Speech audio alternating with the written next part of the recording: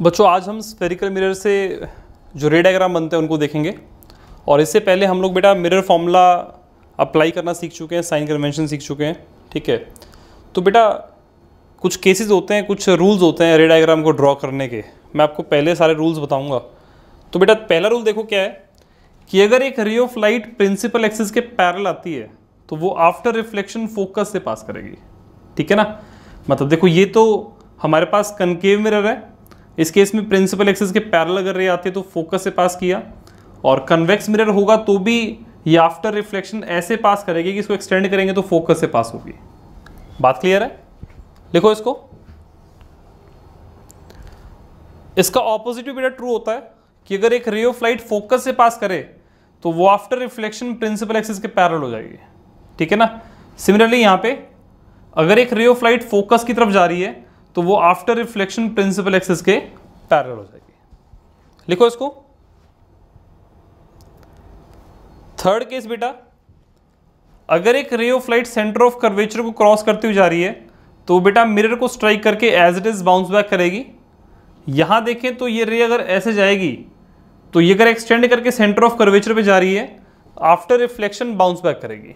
ठीक है ना, मतलब इस केस में एंगल ऑफ इंसिडेंस और एंगल ऑफ रिफ्लेक्शन जीरो होता है। ठीक है, लिखो इसको। एक लास्ट केस ये और देखना बेटा कि अगर मान लो एक रे ऑफ लाइट पोल पे इंसिडेंट होती है तो उसका नॉर्मल ये प्रिंसिपल एक्सिस बनेगा और ये आई और ये आर आपस में इक्वल होंगे। बात क्लियर है? लिखो इसको। तो बच्चों ये कुछ 4 रूल्स हैं जिन रूल्स की हेल्प से हम लोग मिरर्स में रे डायग्राम बनाते हैं, और आपको इन चारों में से कोई भी 2 रूल्स यूज़ करके रे डायग्राम बनाने होते हैं। और कैसे रे डायग्राम बनते हैं और किस तरीके से अलग अलग पोजीशन के कॉरस्पॉन्डिंग इमेज अलग अलग जगह बनती है वो हम देखेंगे। ठीक है, देखो बेटा ये टेबल आपको याद रखनी है कि कनकेव मिरर के केस में अगर ऑब्जेक्ट की पोजीशन इन्फिनिटी है तो इमेज फोकस पे बनती है। ठीक है, इमेज का साइज हाईली डिमिनिश मतलब छोटा होता है और पॉइंट साइज इमेज बनती है, और ये इमेज होती कैसी है? Real and inverted. ठीक है, सिमिलरली अलग अलग केसेस के अंदर मतलब ऑब्जेक्ट की अलग अलग पोजीशन की कॉरस्पॉन्डिंग इमेज की पोजीशंस बता रखी हैं, इमेज के साइज के बारे में बता रखा है और नेचर ऑफ इमेज बता रखा है। ठीक है, ये आपको बेटा याद रखना है। लिखो इसको।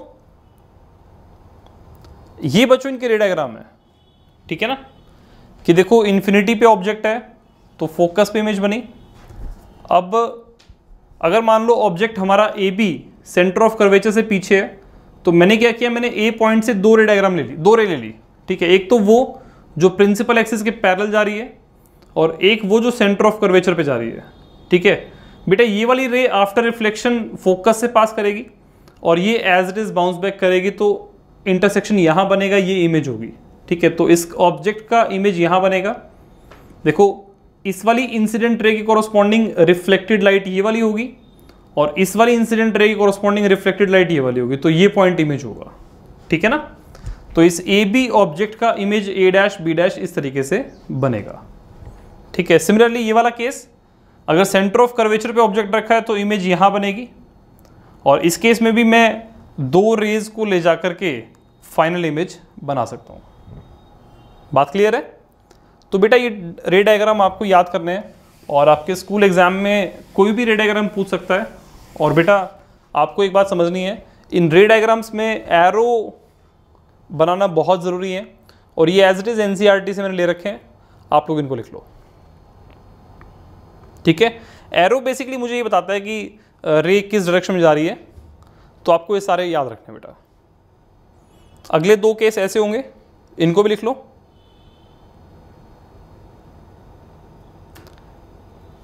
अब हम बेटा देख लेते हैं कि कनकेव मिरर यूज कहाँ कहाँ होता है। तो बेटा टॉर्च के अंदर जो रिफ्लेक्टर होता है बल्ब के पीछे वो कनकेव मिरर होता है। सर्च लाइट में यूज़ होता है, व्हीकल्स की हेडलाइट में यूज़ होता है, शेविंग मिरर में यूज़ होता है, और डेंटिस्ट भी यूज़ करते हैं मिरर को लार्ज इमेज देखने के लिए। ठीक है ना, मतलब टीथ की इमेज देखने के लिए कनकेव मिरर का यूज़ करते हैं। आपको याद रखना है बेटा, बाई चांस पेपर में आ सकता है। लिख लो इसको। अब बच्चों हम बात करेंगे कन्वेक्स मिरर की। तो कन्वेक्स मिरर में हम लोग जो पोजीशंस हैं उसके कॉरस्पॉन्डिंग 2 केस बनाते हैं इन्फिनिटी पे या फिर इन्फिनिटी और पोल के बीच में, ठीक है। तो कॉरस्पॉन्डिंग इमेज की लोकेशन, साइज ऑफ इमेज और नेचर ऑफ इमेज इस तरीके से बनता है, और ये इसके दो रे डायग्राम हो गए, ठीक है ना। लिखो इसको बेटा, कन्वेक्स मिरर का यूज भी आपको याद रखना है, ठीक है। ये कार्स में, व्हीकल्स में रेयर व्यू मिरर की जगह यूज होता है, ठीक है। और इसके यूज होने का कारण क्या है कि इससे एक तो इरेक्ट इमेज बनती है, ठीक है, और ज़्यादा फील्ड ऑफ व्यू बनता है, मतलब ज़्यादा एरिया को हम देख पाते हैं, ठीक है। लिखो इसको, करो सॉल्व। देखो क्वेश्चन कह रहे हैं कि कन्वेक्स मिरर है, मान लो कन्वेक्स मिरर ऐसा है, ठीक है। इसका रेडियस ऑफ कर्वेचर क्या है 3 मीटर, तो फोकल लेंथ होगी बेटा 1.5 मीटर। मतलब ये पॉइंट अगर पोल है तो ये पॉइंट सेंटर ऑफ कर्वेचर और ये पॉइंट फोकस होगा, ठीक है। A bus is located at 5 metre from this mirror, मतलब this is bus at a distance of 5 metre. हमें बताना है पोजीशन, नेचर और साइज क्या होगा। तो बेटा देखो यहाँ पे क्या होगा ना कि इंसिडेंट रे ऐसे जाएगी तो ये डायरेक्शन पॉजिटिव, ये direction negative, focal length positive होती है तो फोकल लेंथ बनेगी प्लस 1.5 मीटर और u बनेगा -5 metre. v is equals to question mark, इस तरीके से।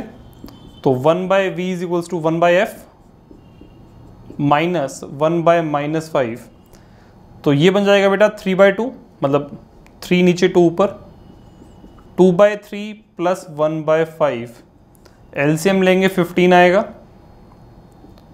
तो 10 प्लस 3 इज इक्वल्स टू 13/15। बात क्लियर है। तो यहां से v क्या बन गया बेटा 15/13, मतलब यहां से इतना डिस्टेंस इस तरफ, ठीक है ना। अब मुझसे पूछा पोजीशन, वो मैंने निकाल दिया। मिरर के पीछे बेटा तो नेचर क्या होगा वर्चुअल, ठीक है। और साइज ऑफ इमेज के लिए मैं मैग्निफिकेशन अप्लाई करूंगा,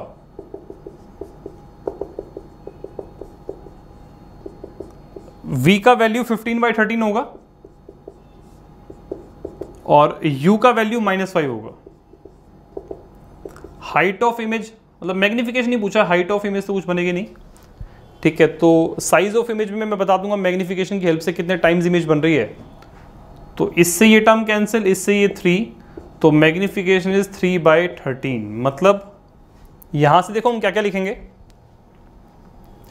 पोजीशन हो गई इतना मीटर पीछे, ये बेसिकली मीटर में है क्योंकि आपको u और f मीटर में गिवन था, ठीक है। नेचर क्या होगा, क्योंकि मिरर के पीछे तो वर्चुअल होगी, इरेक्ट होगी। साइज ऑफ इमेज में हम ये बोल देंगे कि 3/13 टाइम्स द साइज ऑफ बस। बात क्लियर है, लिख लो इसको।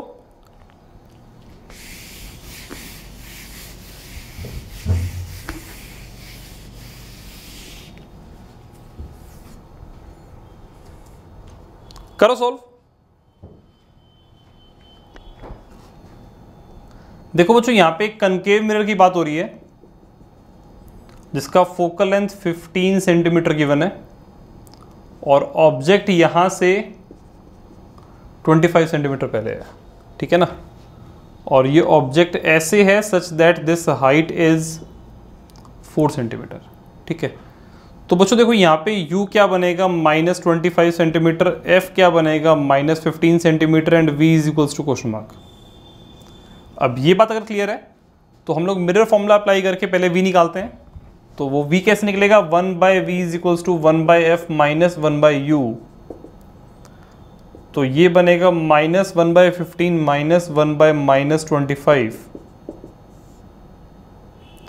इस माइनस माइनस को प्लस कर देंगे और एलसीएम मान लो 75 लिया तो -5 तो यहाँ आ जाएगा, +3 यहाँ आएगा, तो 1/v बनेगा -2/75, तो v बनेगा -37.5 सेंटीमीटर, ठीक है।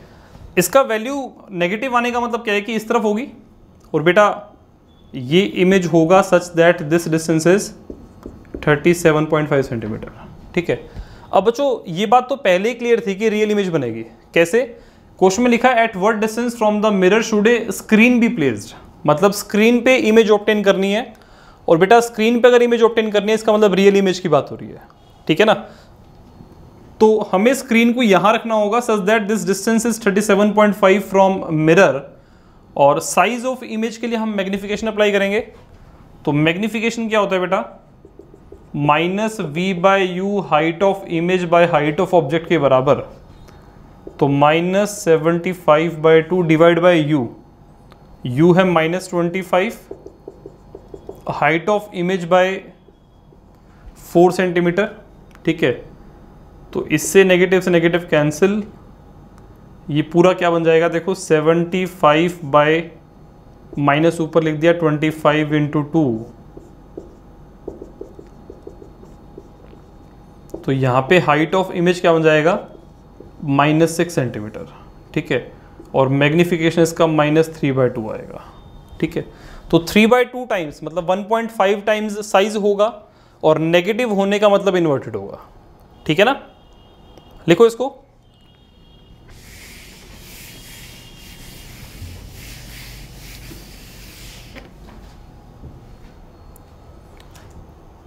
करो सॉल्व। देखो कन्वेक्स मिरर की बात कर रखी है, और इसका रेडियस ऑफ कर्वेचर दे रखा है 32 सेंटीमीटर। सबसे पहले मुझे देखना पड़ेगा कि 32 सेंटीमीटर पॉजिटिव आएगा या नेगेटिव। तो बच्चों ये इसका पोल है और ये इसका सेंटर ऑफ कर्वेचर है। मतलब रिफ्लेक्टिंग सरफेस इस तरफ है तो इंसिडेंट रे ऐसे आएगी, ये डायरेक्शन तो होगी पॉजिटिव और ये डायरेक्शन होगी नेगेटिव, तो R बनेगा +32 सेंटीमीटर। फोकल लेंथ जो होगी बेटा वो इस पॉइंट तक का डिस्टेंस होगा, एंड दिस इज F। ये फोकल लेंथ होगा R/2, मतलब +32 सेंटीमीटर बाय 2 इज +16 सेंटीमीटर, ठीक है। तो यहाँ पे इसका radius of curvature focal length क्या रहेगा 16 सेंटीमीटर, ठीक है ना। बच्चों एक बात और आपको यहाँ पे समझनी है, अगर मान लो किसी न्यूमेरिकल में फोकल लेंथ ना दे रखी हो ना, और सॉल्व करके मान लो +16 सेंटीमीटर आता है मिरर फॉर्मूला में पुट करके, तो आपको यहाँ से ये बात भी समझनी है कि क्योंकि फोकल लेंथ पॉजिटिव आ रही है इसका मतलब कन्वेक्स मिरर की बात हो रही है। अगर मान लो किसी क्वेश्चन के अंदर सॉल्व करके -20 सेंटीमीटर आता है, तो यहाँ से हमें ये बात सीखनी है कि फोकल लेंथ नेगेटिव अगर मिरर्स की बात की जाए, ठीक है ना, तो वो कनकेव की होती है, मतलब ये कनकेव मिरर आ रहा है। बात क्लियर है? लिखो इसको,